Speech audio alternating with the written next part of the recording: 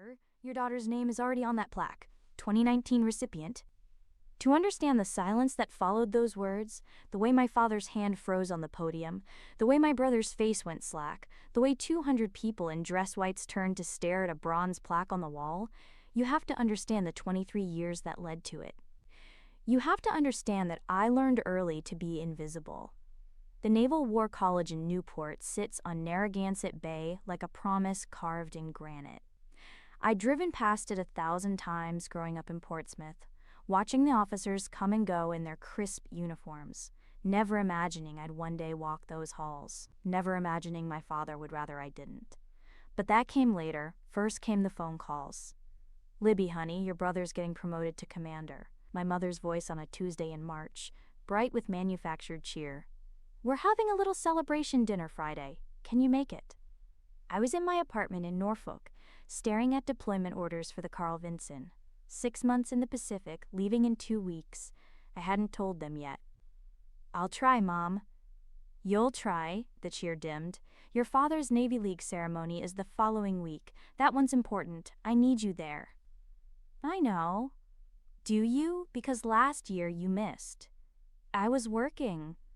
"You're always working. Libby, I don't even know what you do anymore. Something with logistics?" "Logistics." That's what I'd told them 6 years ago, when I made captain and couldn't explain why a 37-year-old woman with a career they barely understood was suddenly commanding a destroyer. Easier to let them think I shuffled papers somewhere in the vast bureaucracy of the Navy than to explain that I'd spent 3 years in the Arabian Gulf, that my ship had intercepted weapons shipments and tracked submarines, that admirals knew my name. "Something like that," I said. "Well, try to take time off. For family, your brother made time." My brother. Lieutenant Commander Jackson Scully, golden child, Dad's clone in every way that mattered. He'd followed the path laid out for him with precision. Naval Academy, surface warfare, steady climb up the ranks. No detours, no surprises. The kind of career you could explain at dinner parties. I'd taken a different route. ROTC at URI while Dad was deployed. He'd wanted me at Annapolis like Jackson, but I'd chosen civilian college, naval training on the side. A compromise that felt like betrayal to him. Then I'd gone surface warfare anyway, proved I could do what Jackson did, and he'd never forgiven me for doing it my way. "I'll be there," I told my mother.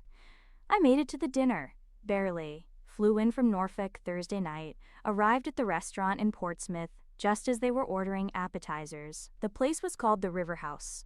White tablecloths, water views, the kind of establishment where naval officers brought their families to celebrate promotions and retirements.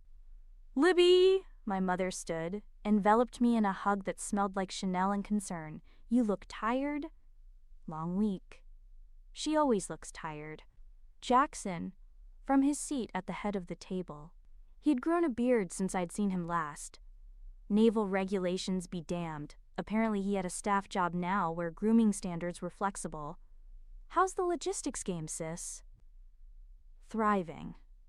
My father nodded at me from across the table. Admiral Theodore Scully, retired. 3 stars that still carried weight 15 years after he'd left active duty.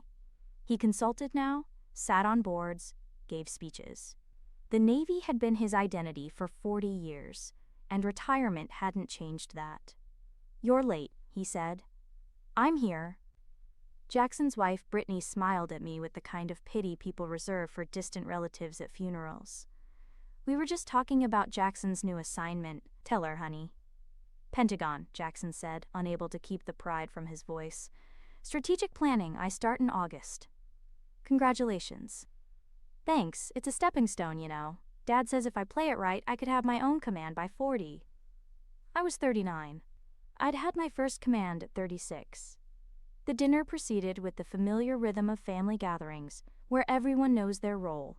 Mom asked careful questions about my health, my apartment, whether I was seeing anyone. Jackson talked about the Pentagon, about the admiral who'd requested him specifically, about the house they were buying in Arlington. Dad offered strategic advice, war stories, connections Jackson should cultivate.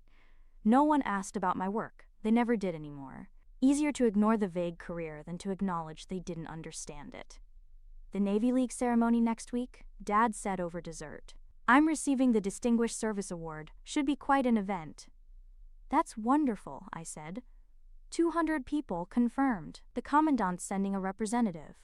Vice Admiral Boone will be there. You remember him, Jackson? From the Abraham Lincoln. Yes, sir. Good man. You should talk to him about your Pentagon assignment. He has connections at OPNAV.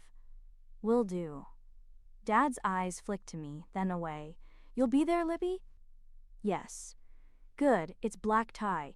The invitation said family would be seated at the head table. He paused. Try to look presentable. Brittany coughed into her napkin. Mom studied her wine glass.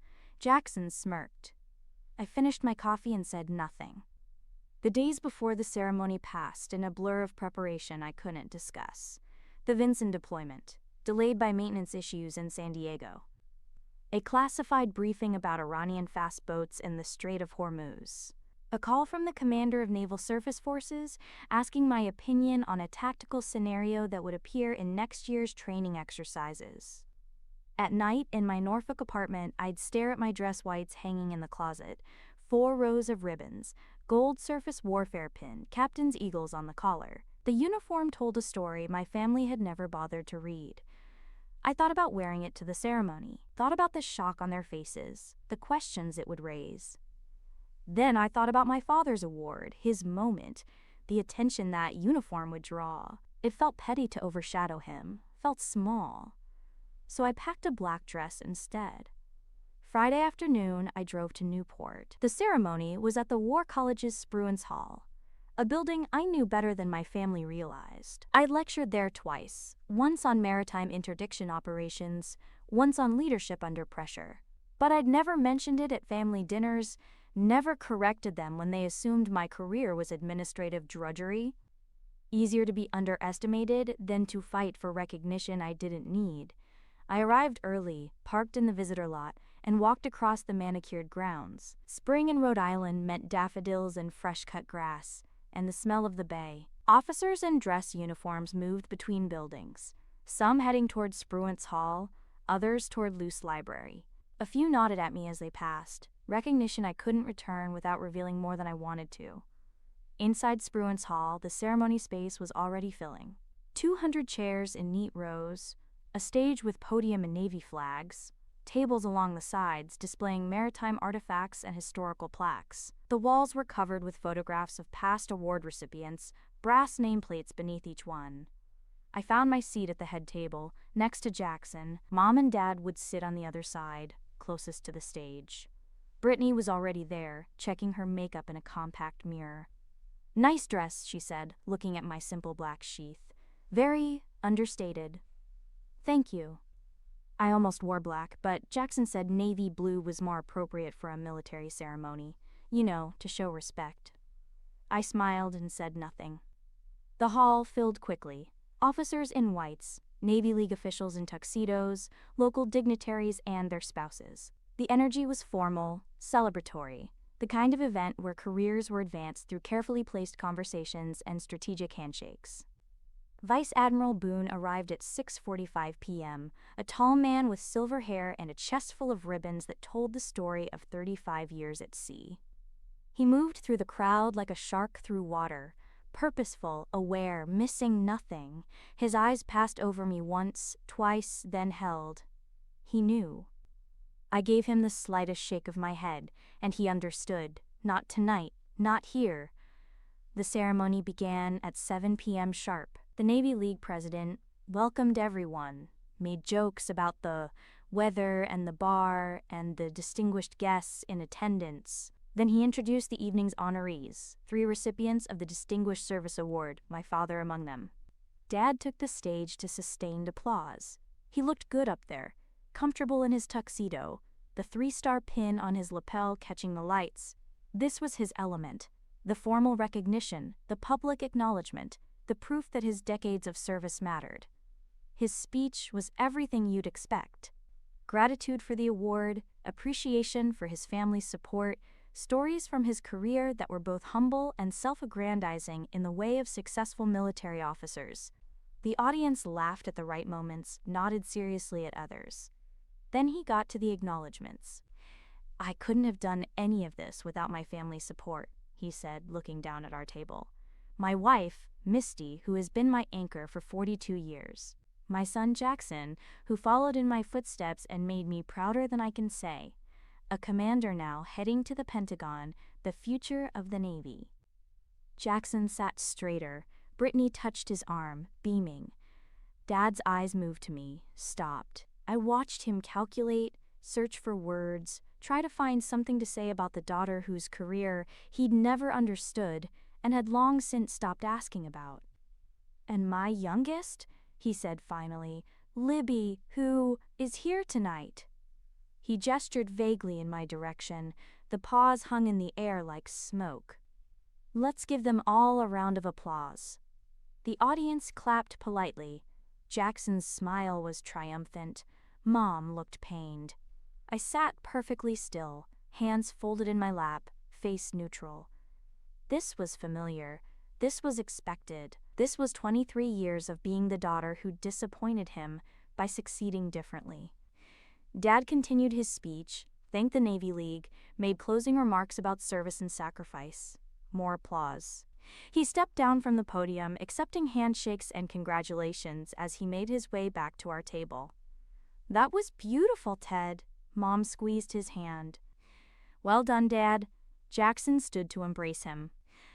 I opened my mouth to add my own congratulations, something appropriate, something that would end this evening with dignity intact, when a voice called out from the back of the hall. "Excuse me, Admiral Scully?" Everyone turned. A lieutenant commander I didn't recognize was standing near the far wall, next to the display of historical plaques. Young, maybe 30, clearly uncomfortable interrupting. "Sir," he said, louder now. "I apologize for the interruption, but your daughter's name is already on that plaque, 2019 recipient."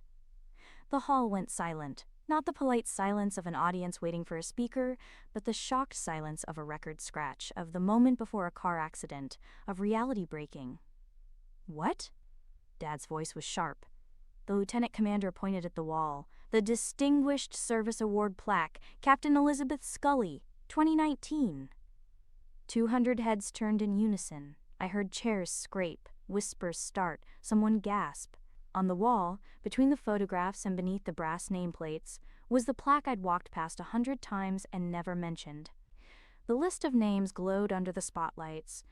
2017 VADM Robert Greene, 2018 Captain Michael Torres, 2019 Captain Elizabeth Scully, 2020 RADM Jennifer Walsh. My father stared at the wall, then at me. His face went through several expressions: confusion, disbelief, something that might have been betrayal. "Captain?" he said. Jackson stood up so fast his chair tipped backward. "That's impossible." But Vice Admiral Boone was already moving toward our table, his dress shoes clicking on the hardwood floor. He stopped beside me, and his face carried the weight of someone who'd tried to prevent exactly this moment and failed. "Admiral Scully," he said to my father, "I believe there's been some confusion about your daughter's service record." Dad couldn't finish the sentence. "Captain Elizabeth Scully," Boone's voice carried across the silent hall. "Commanding Officer, USS Winston Churchill. Previously, Commanding Officer, USS Porter. 2 deployments to 5th Fleet, 1 to 7th. Navy Cross nomination for actions off the coast of Yemen in 2018. She's one of the finest surface warfare officers of her generation." Mom's hand was over her mouth. Brittany had gone pale. Jackson was staring at me like I'd grown a second head. "You commanded a destroyer?" Dad's voice was barely a whisper. I looked at him, really looked at him, for the first time in years. Saw the man who'd wanted me to follow his exact path and couldn't respect any other. Saw the father who'd spent 23 years not asking questions because he was afraid of the answers. "Yes," I said. "Why didn't you?" "Tell you." I stood up slowly, smoothed my dress. "I did. 6 years ago, when I made captain. You said, 'That's nice, honey,' and asked Jackson about his new duty station." The memory landed like a physical blow. I watched him flinch. "I told you about my command," I continued, my voice steady, quiet. "You said it was good. I was keeping busy. I told you about my deployment. You asked if I was seeing anyone. I stopped telling you things because you stopped listening." "Libby," Mom started. "I'm not angry," I said, and meant it. I stopped being angry years ago. I just got tired of fighting for space in conversations that had already decided who I was. Jackson found his voice. "You let us think." "I let you think whatever you wanted to think. It was easier than correcting you every time you assumed I was filing paperwork somewhere." Vice Admiral Boone cleared his throat. "For what it's worth, Admiral Scully, your daughter is being considered for Major Command, deep selection to 07. If recommended, she'd be one of the youngest flag officers in recent history." The hall remained frozen, 200 people watching a family dissolve in real time. I could feel their eyes, their judgment, their fascination with this private catastrophe made public. My father looked at the plaque. At me, at Boone. His mouth opened and closed, searching for words that wouldn't come. Finally he said, "I didn't know." "No," I agreed, "you didn't." I picked up my clutch from the table. Mom was crying now, silent tears she kept wiping away with her napkin. Jackson had collapsed back into his chair, staring at nothing.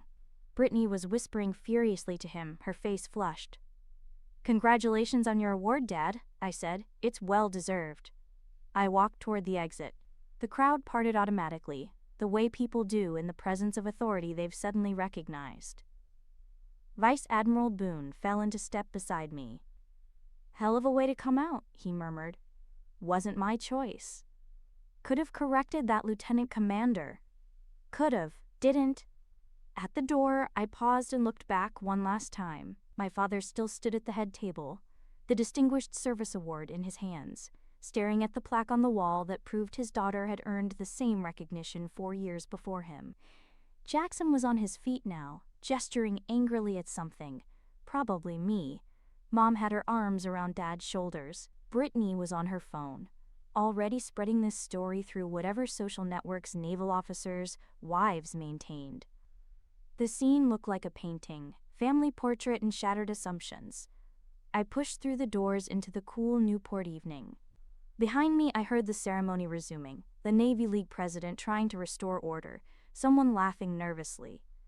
In the parking lot, my phone buzzed. A text from the commander of Naval Surface Forces. "Heard there was excitement at the War College tonight. You okay?" Word traveled fast in the Navy.